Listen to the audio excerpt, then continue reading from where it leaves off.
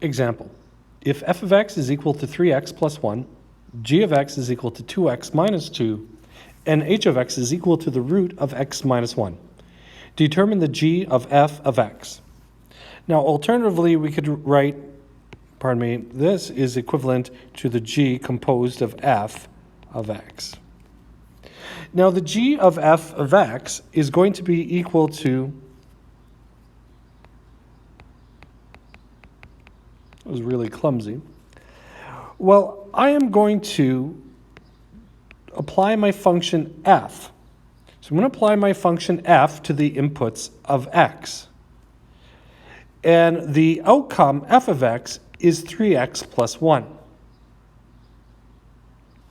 Now, if I apply my function g to where my input is 3x plus 1, what I get is g gives me a set of instructions. It's 2 times my input, subtract 2. And if we do that, I'm kind of hoping that we're just left with 6x.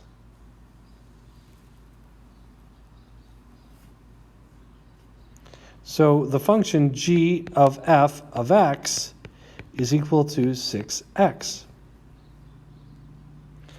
Now the function, the f of h of 2, well, here, if you want, I could maybe go over here and say, hey, what is the h of 2? And the h of 2 is just simply the square root of 2 minus 1. That is, I plug in 2 for x in my function, h. And what I get is the h of 2 is equal to the square root of 1, or the h of 2 is 1. Well, then, that's the output of h of 2, so then you could just wrap, or you could plug that into the function f. But I'm going to write it, try to keep all of my notation really nice. So I'm going to do the f of the h of 2. And the f, now if you notice I'm switching colors, the h of 2 just simply is, if I input my, if I put in 2 into my function h, I get the square root of 2 minus 1. And as we establish that on the right, this is just really f of 1. And the f of 1, if I go back to my function f, is really 3 times 1 plus 1. So I'm just going to rewrite this now. The f of h of 2 is going to be 3 times 1 plus 1 is 4. So that is the f of h of 2. Now, on my function, that would correspond to the point 2, 4 for the function f of h.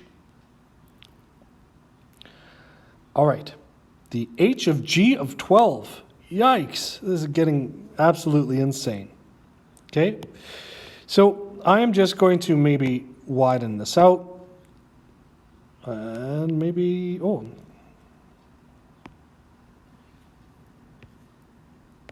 the h of g of 12.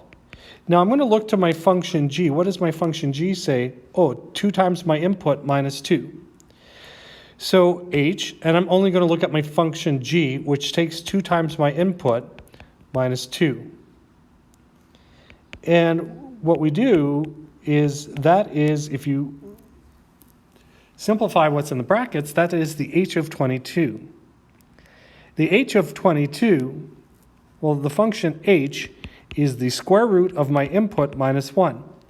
So the h of g of 12 is going to be equal to the square root of 21. So right now I'm just doing this with inputs of specific values. What if I was to do it with functions? I'm going to calculate, now this might take some space, the f composed of h composed of g of x. It's a function in a function in a function. And so I'm going to maybe write this in a different way. To help me answer this question, I had to or rewrite my functions. But I'm going to write this as the f of, I'm going to switch colors, of h, of g, of x, there. And I find that this helps me, the colors help me. So I'm going to work inside out. So I have the f of h, but the first function that I would deal with is g of x. If I put in x into my function g, I get 2x minus 2. Now I have an input of 2x minus 2. I'm going to look at my function h. The function h is going to take my input, which is 2x minus 2, and plug it in or apply the directions of the function h. And the directions or the instructions are the square root of my input minus 1. So what we have here is the f. I'm going to clean up what's in the brackets, the square root of 2x minus 3. Right? Because that was my input. Very tricky, that extra subtract 1. Now, obviously, there's going to be some nervousness at what is the domain of this. I'm just going to ignore the domain for now. And then I look towards my function, f. What does the set of instructions for my f say?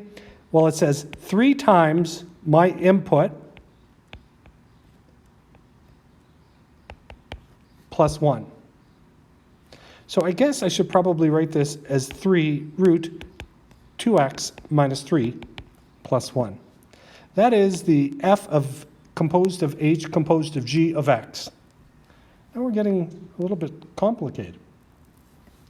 Now, this is such a fascinating topic, and it is really, really challenging on the mind. Maybe that's why I enjoy it too. So I'm just going to delete this so it looks a little bit more beautiful. There it is.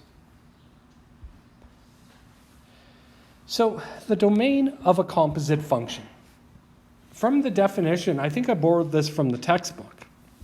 F composed of g of x exists only for those x values in the domain of g, right? Because we start off with x, and then we apply g.